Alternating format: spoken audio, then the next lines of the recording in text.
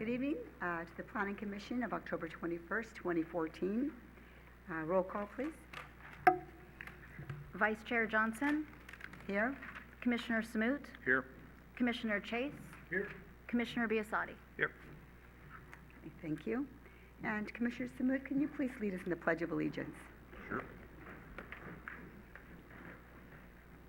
Pledge allegiance to the flag of the United States of America and to the republic for which it stands, one nation, under God, indivisible, with liberty and justice for all.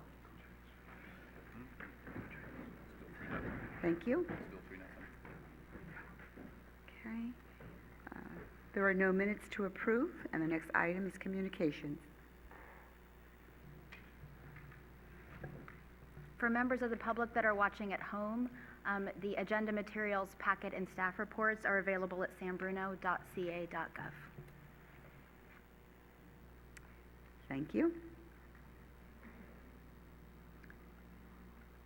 And the next item, if you have anything that you would like to bring forward that is not on the agenda, this is a good time to step to the microphone and state your comments.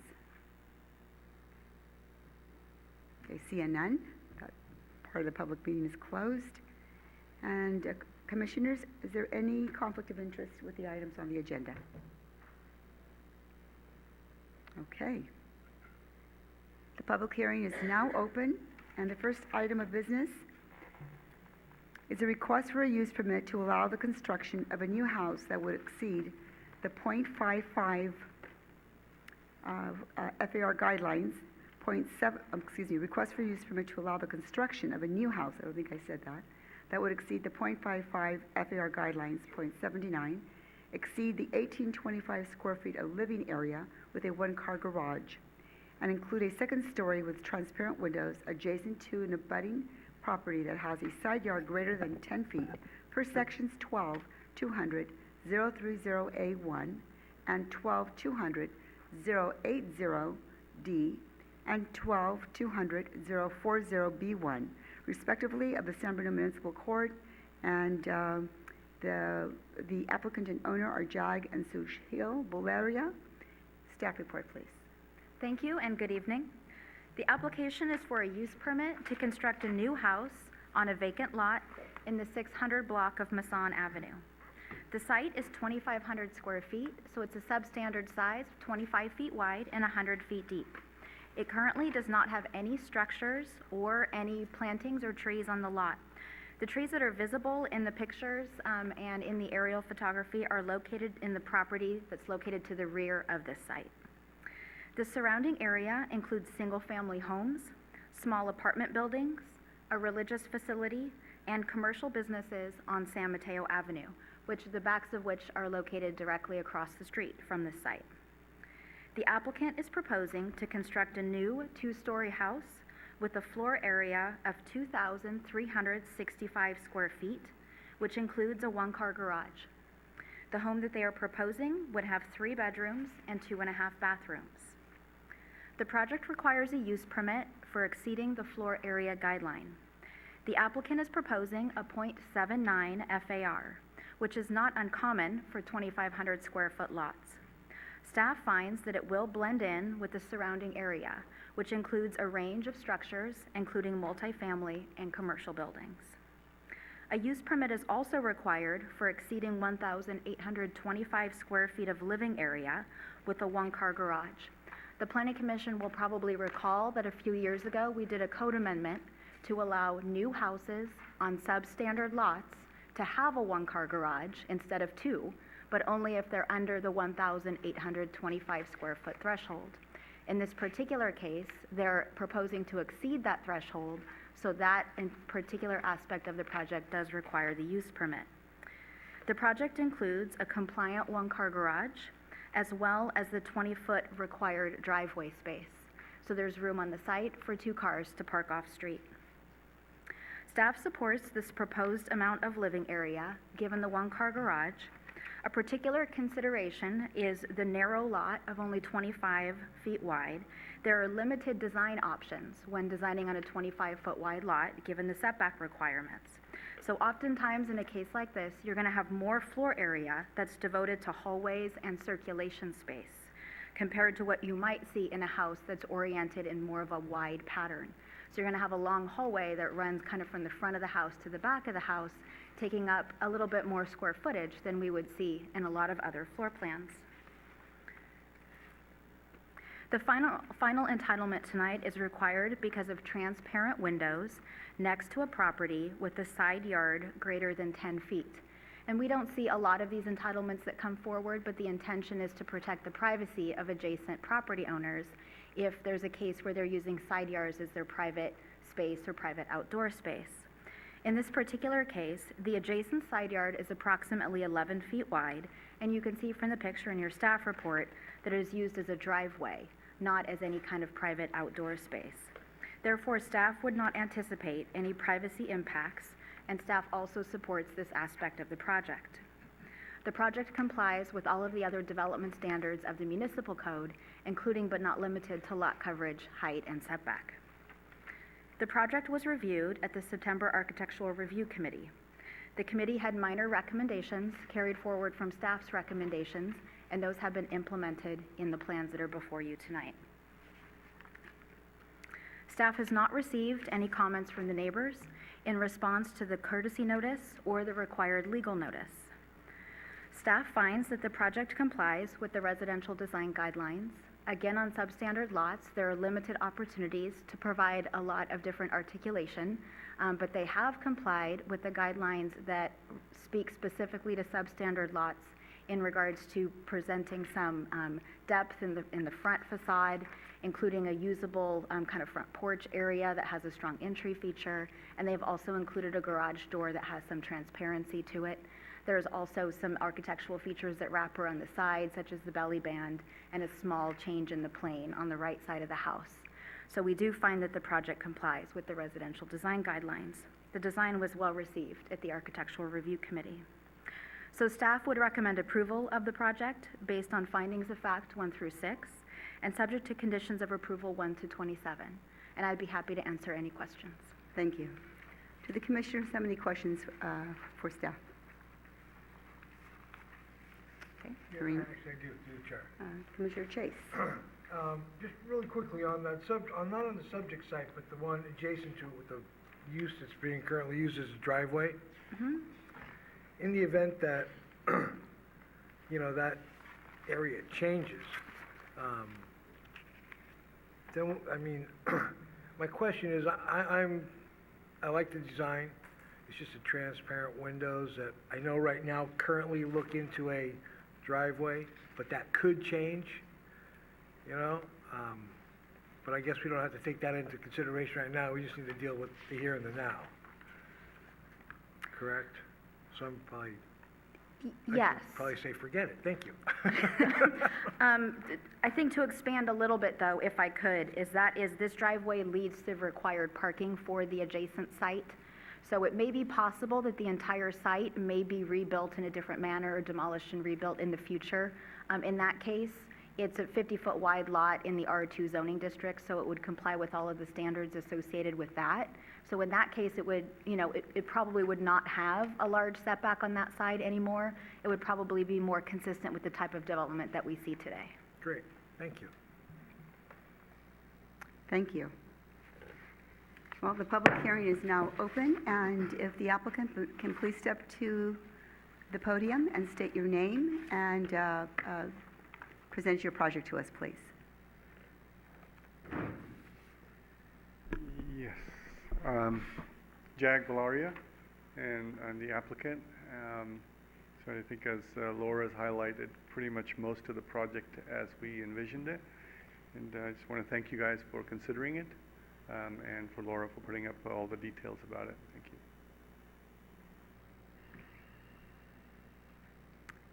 Are there any questions for the applicant?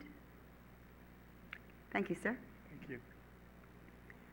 Are there any members of the public that wish to speak on this project? Okay, hearing none. Public hearing is now closed. Well, nobody has any questions. I'm going to make a motion. Okay.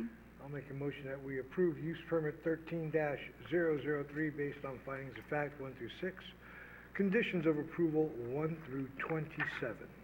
Okay, all those in favor? Nope. Aye. I'll second that. Oh, I'm sorry, Oh, thank you. sorry. So now we have a Okay. second.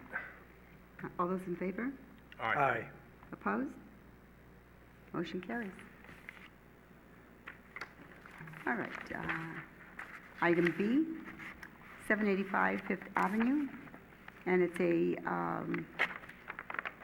a recommendation, environmental determination categorical exemption. It's a request for a use permit to allow the construction of an addition which increases the gross floor area of the existing home by greater than 50%, 97%, per sections 12200, 030B1 of the San Bruno Municipal Code.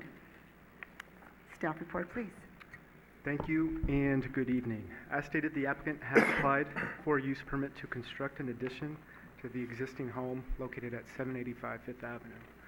The site is located on the west side of Fifth Avenue between San Bruno Avenue and Pine Street. It is currently developed with a single-family dwelling. The existing home contains 2 bedrooms, 2 bathrooms, a living room, kitchen, and a 2-car garage.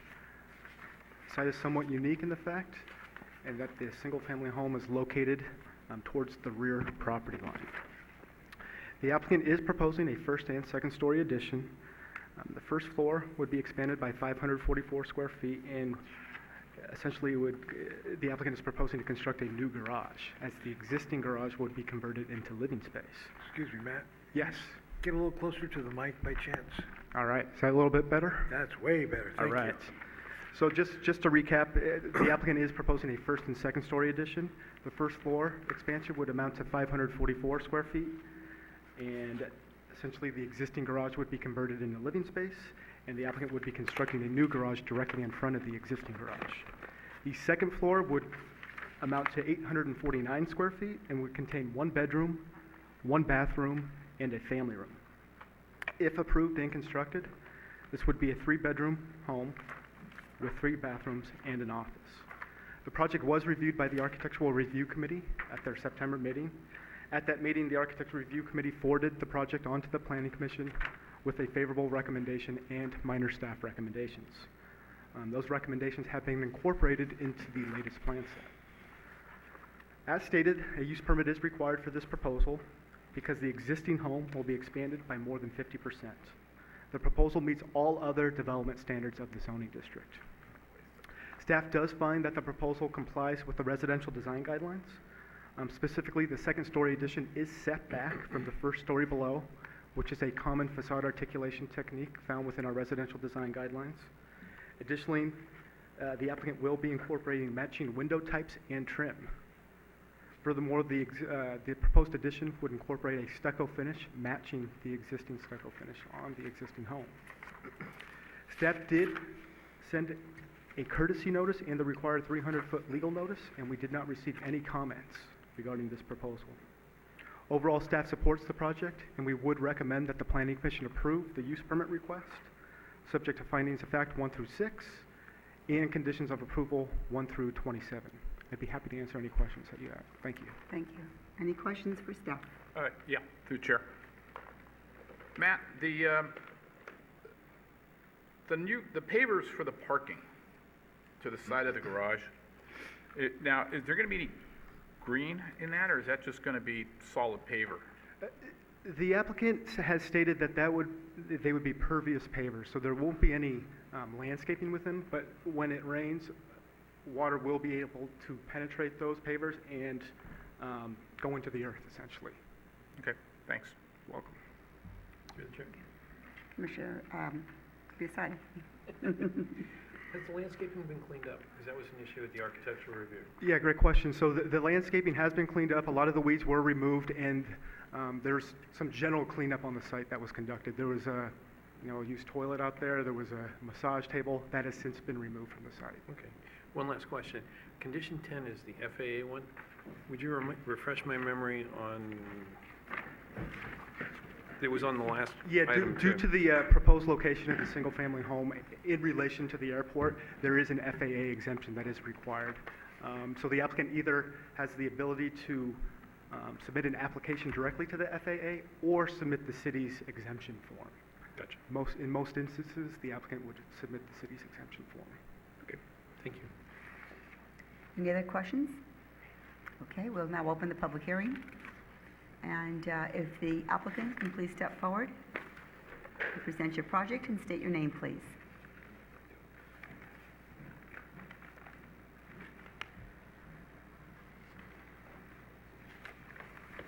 Thank you, ma'am.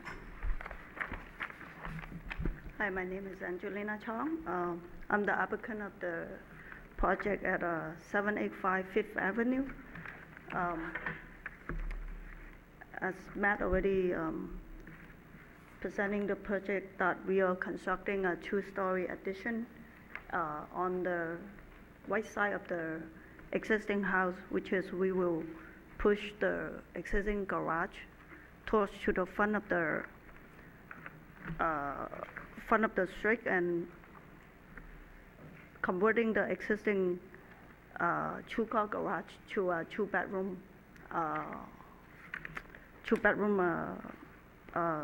with a bath, and at the same time we're adding a split level on top of the right side of the building, which is the design. It looks like very compatible with the whole existing neighborhood right now. And we also are taking the planning commissioner's recommendation that we're going to improve the existing landscaping. That's it. I think Matt already stated all the proposal. Any questions? Commission, have any questions? Thank you. Thank you. Is there any member of the public that wishes to come forward and present on this matter? Okay, hearing none, public discussion is now closed. Bring it back to commission for discussion or a motion. Yeah, through the chair. Commissioner Samut? Yeah, I make motion that we approve use permit 14-007 based on findings of fact 1 through 6 and conditions of approval 1 to 27. Second. Second. Okay, all those in favor? Aye. Aye. Opposed? Motion carries. There is a 10-day appeal process before any activity can take place on this. You're welcome. And item number 6 is new business. It is a resolution and requires a roll call vote. It's a request for adoption of a resolution confirming review of the 2014 through the 2019 5-year capital improvement program and fiscal year of 2014-15 capital improvement program budget and its conformance with the San Bruno General Plan. Staff report. Thank you. As the Commission is aware, the California Government Code directs the Planning Commission to review the city's capital improvement projects for conformance with the general plan. So this is an annual review that the Planning Commission undertakes. This year, there are 14 new capital projects, and staff has analyzed each of these projects and included them in the staff report according to the different themes that they're laid out in the capital improvement program budget. And each of those items is followed by the general plan policies that staff finds to be those items to be consistent with.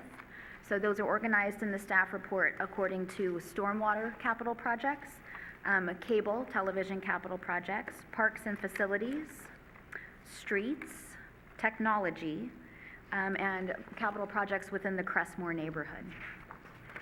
So staff has reviewed each of these new projects and finds that each of them are consistent with the policies of the general plan. The more detailed explanation are included within the exhibits, and the general plan is available if you have any questions. So staff would recommend that you adopt the resolution, finding that the projects are consistent with the general plan. So that's resolution 2014-6, and we'd be happy to answer any questions that you may have. Thank you for your report. Any questions, commissioners? Okay, we'd like a motion to, I'll make a motion that we, I guess, basically Thank you very much. Adopt resolution confirming review of 2014 through 2019 five-year capital improvement program and fiscal year 2014 through 2015. And it's conformance with the San Bruno general plan. Is there a second? That's resolution number 2014-06. Second. Could have said that easier. Any discussion? Okay, roll call vote. Vice Chair Johnson. Here. I'm sorry, yes. Commissioner Samut. Yes. Commissioner Chase. Yes. Commissioner Biassadi. Yes. Commissioner Mishra. Yes. Thank you.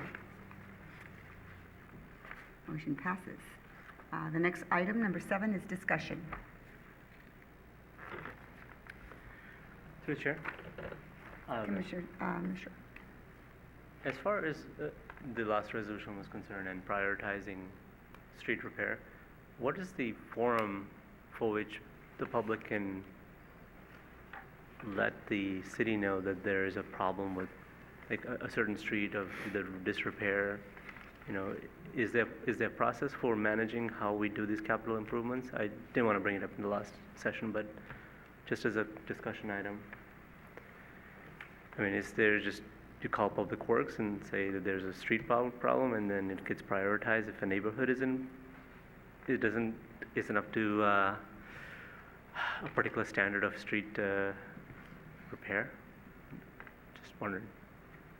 There is a system for prioritizing those projects. I don't know the details of it off the top of my head here tonight. Okay. But those comments are received by engineering staff or by the Public Services Administration staff, and there is a system for prioritizing them. There's criteria that's used. There's a big schedule of street improvements that's laid out over several years based on the funding that's available on an annual basis. So they have a schedule that goes out several years and a system for putting projects into that schedule. Right, and does it get reprioritized every time? You know, sometimes a schedule doesn't come to fruition because it's a 10-year plan, and there are certain parts of the plan that need to jump in front of the others. Like Crestmore had to jump ahead of everyone else, right? So does the same system reprioritize, or is that done by some other entity? I would have to check for you. We'd have to get back to you on how the prioritization system is updated. I believe that it is updated. In the particular example you gave, the Crestmore improvements have a separate budget and separate staff that manages them. Okay. So they didn't go to the top of the line, so to speak. They got in a different line. Right, okay. But I don't know the details of how they readjust their prioritization. Okay, thanks. Through the chair. Commissioner Biassadi? May I ask Commissioner Mishra which street it is that he has a concern about? I had a concern about my own street, but That's okay. Highland Drive. Thank you. Maybe staff could take a look at that for us and let us know.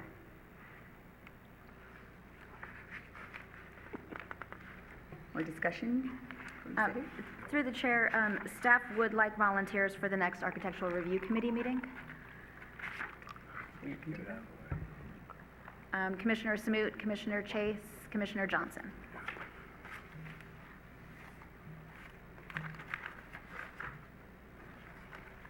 Thank you. And the next item is Planning Commission discussion. Go Giants. All right, hearing none. The meeting is adjourned. Thank you, and have a pleasant.